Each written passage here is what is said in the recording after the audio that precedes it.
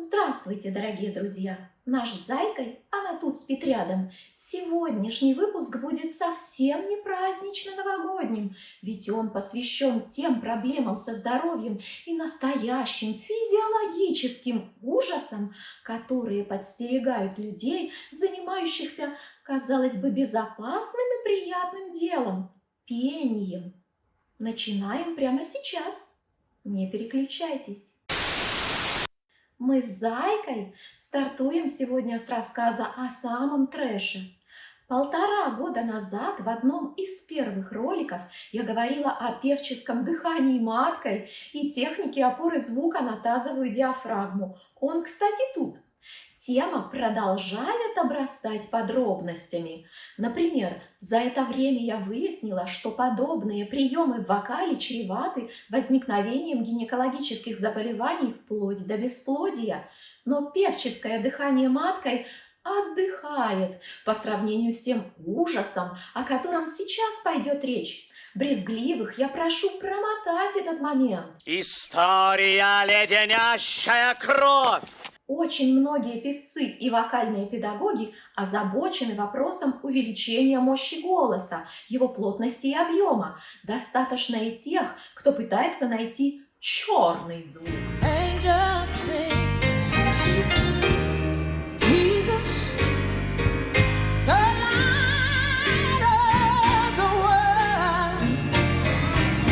Один из приемов, которыми это достигается, экстра низкое дыхание. Потому-то и можно услышать про дыхание маткой или опору звука на лобковые кости. Но некоторые педагоги оказываются еще более изобретательными. Они просят опирать на копчик и внимание на задний проход.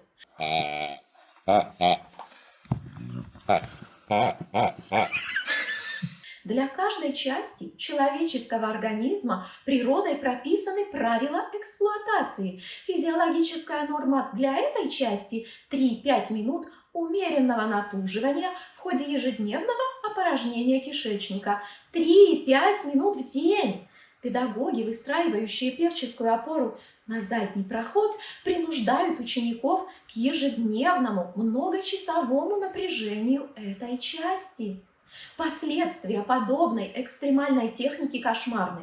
Грязное белье после занятий вокалом, что мерзко само по себе, это еще цветочки. Из-за постоянного натуживания многие ученики таких великих преподавателей страдают хроническим геморроем.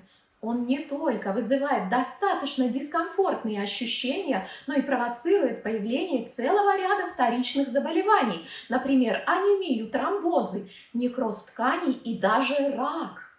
Верно. Что верно? Верно, что это неправильно. Правильно. Не слишком ли высокая цена за итоговый певческий звук сомнительного качества? Что должен делать ученик, если он попал в лапы преподавателя, исповедующего опору звука и, вокального дыхания на задний проход? Сказать: Достаточно! Вы мне плюнули в душу! Негодяи! И сменить педагога. Занятия вокалом не такие уж и безопасные, как кажется окружающим, но совершенно точно подобным чудовищным и мерзким практикам в них не место. Зайка, что ты говоришь? Зайка напоминает, что ситуация с YouTube нынче трудная, поэтому она предлагает вам подписаться на наши другие соцсети, чтобы нас не потерять. Список я оставлю в описании видео. Если же вы уже смотрите этот ролик, например, на Рутюбе, просто нажмите кнопочку, чтобы оформить подписку прямо сейчас. Но какой еще вред здоровью может принести вокал? Заболевание, которое роднит певцов, например, с рабочими судопроизводства и машиностроения, вибрационная болезнь. Понятно, что она возникает из-за длительного воздействия вибраций на организм. При этом заболевании ухудшается состояние сердечно-сосудистой и кровеносной систем, нарушается работа нервной системы, фактически весь организм получает значительный урон. Ну поймите же, наконец, что искусство безжалостно. Среди последствий вибрационной болезни значится энцефалопатия, хроническая недостаточность кровоснабжения головного мозга. При ней из-за недостатка кислорода и питательных веществ постепенно отмирают нейроны в различных участках мозга. И вы, конечно, понимаете, чем это грозит. Повышается риск инсульта. С вибрационной болезнью и ее тяжелыми последствиями сталкиваются не только работники тяжелых производств. Все музыканты в течение жизни испытывают на себе отрицательное воздействие громких звуков и сопровождающие их вибрации.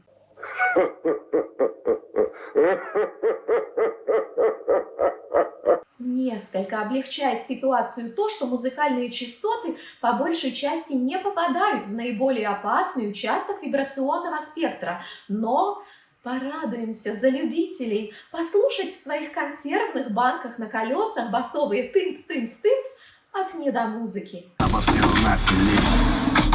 Тачка зашла в народу. Дальше генератор, клетка стыла особо. Отчаянные ребята, вот они-то точно рискуют здоровьем. Среди профессиональных музыкантов певцы находятся в этом смысле в особой зоне риска, ведь мощнейшие вибрации рождаются прямо в их теле, от солнечного сплетения до макушки. Они особенно ощутимы в лицевой части черепа, и в мире пения это явление носит красивое название «головное резонирование». Оно требуется для управления голосом всем певцам, но у академистов этот тип резонирования выражен ярче всего. Без него абсолютно невозможно формирование качественного академического звука. Головное резонирование придает голосу мощь и полетность, повышает гибкость голоса, помогает сглаживать регистровый переход, легче выходить на верхние ноты. Этот механизм управления аппаратом следует осваивать с самого начала занятий. И уже на старте ученики чувствуют, что это не слишком здоровая тема. Счастливо нам плавание. На занятиях и сразу после них от попадания в голову, как это называют вокалисты, многие испытывают дискомфорт в черепной коробке, головокружение, сталкиваются с ноющими головными болями. Со временем организм проходит адаптацию, и чувствительность рецепторов, которые снимают информацию о колебаниях, снижается. Исчезают неприятные ощущения. Вибрация становится индикатором. По ее характеру певец понимает, правильно ли идет процесс звукоизвлечения. Иногда она даже начинает приносить некоторое удовольствие. Обожаю качественное попадание в голову, когда в голове взрываются фейерверки и из глаз словно бьют яркие лучи, как, например, тут.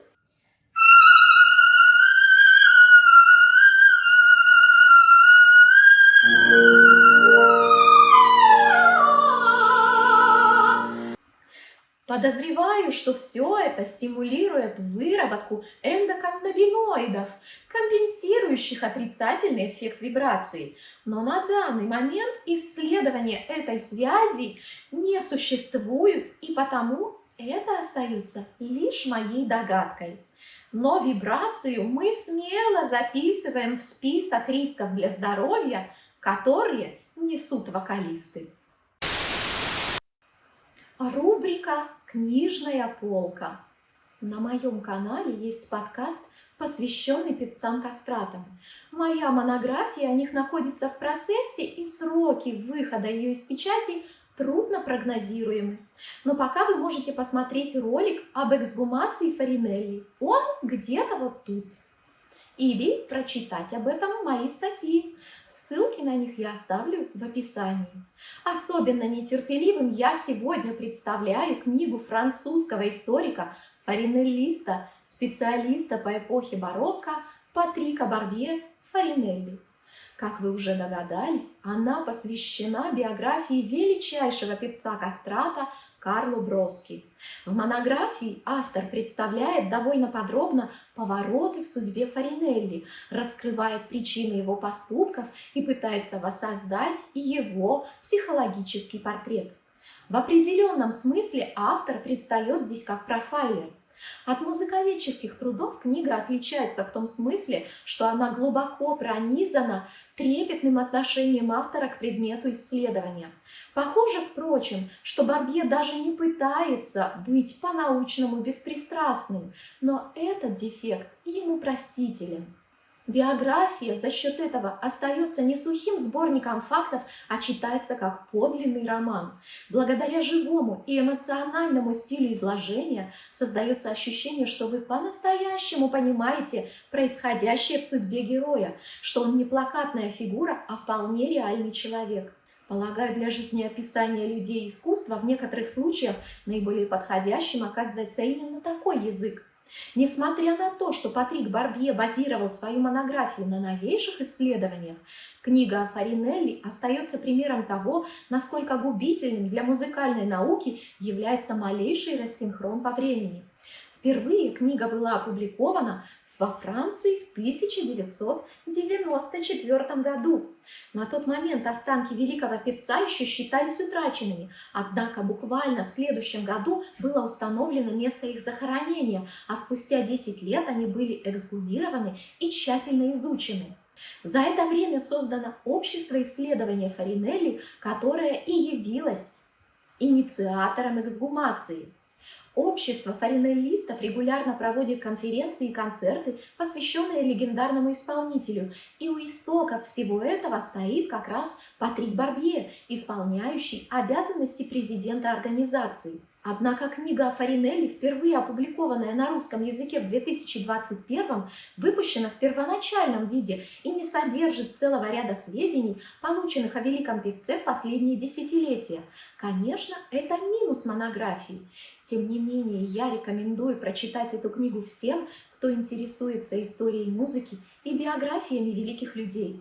Вас ждет множество часов подлинного библиографического удовольствия. Впереди Новый год, и мы с Зайкой третью часть сегодня делаем предостерегающе праздничной, частью нашей антиалкогольной кампании. Батюшка старовер? Да нет. Мне 2 по 100 и в одну посудину. В одну посудину не положено по инструкции.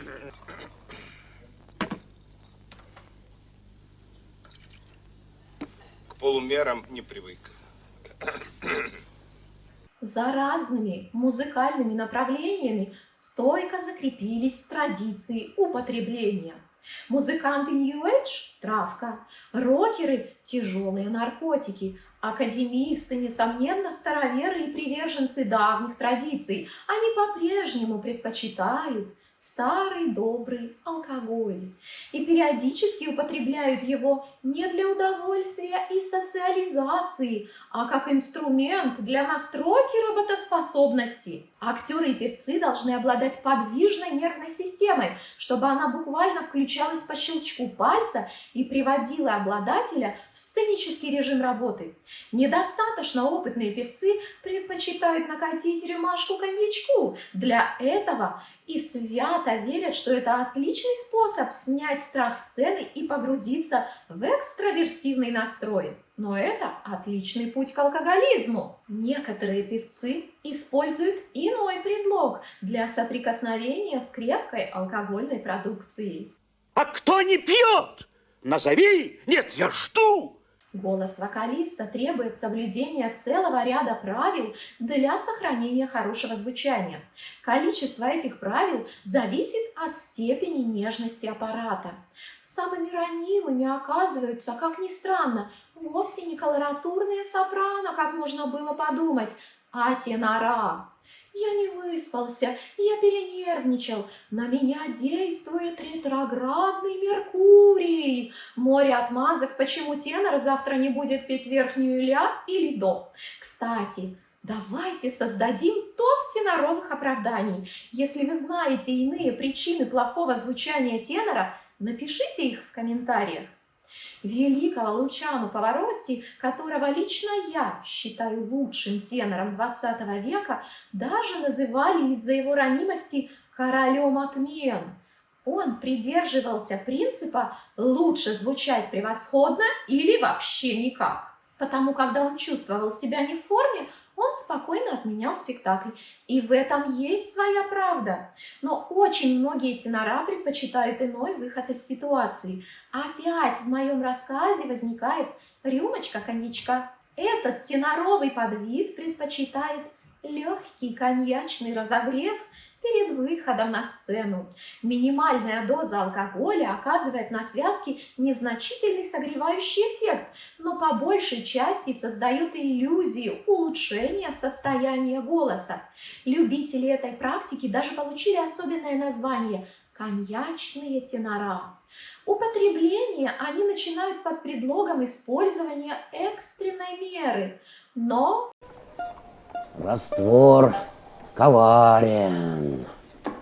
и человеческий мозг тоже. И вот уже экстренная мера стала необходимой процедурой. И снова здравствуй, алкоголизм. Я знакома с королем отмен, который снимает выступление не из-за того, что приболел, а из-за того, что вдрызг пьян и фактически не может приехать на площадку. Впрочем, проблема коньячных теноров заключается в другом. Алкоголь противопоказан певцам из-за подсушивающе-раздражающего эффекта, который он оказывает на слизистые. Конечно, напрямую он не орошает голосовые связки, но его воздействие на прилегающие территории оказывается достаточно, чтобы и они пострадали. В долгосрочной перспективе регулярное воздействие алкоголя на голосовой аппарат может обернуться ухудшением его состояния, снижением качества звучания. Или как лучше, а получилось как всегда. И даже потерей голоса. Вывод: употребление алкоголя для решения своих исполнительских проблем вместо соблюдения правил гигиены голоса и повышения уровня профессионального мастерства неприемлемо. Хотя что-то нам с Зайкой подсказывает, что коньячные тенора как вид не исчезнут никогда. Список заболеваний и вредностей для здоровья певцов можно продолжить. Гипервентиляция легких, эмфизема легких, повышенное артериальное давление и риск инсультов, преждевременный износ шейного отдела позвоночника, варикозное расширение вен, воспаление слухового нерва, узелки певцов и многое-многое другое. И это значит, что мы с Зайкой выпустим еще несколько видео по этой теме. Чтобы их не пропустить, подпишитесь на канал прямо сейчас. А на сегодня все. Я научу вас любить вокал. И Зайка тоже, которая усиленно дерет платье на мне и поет песни.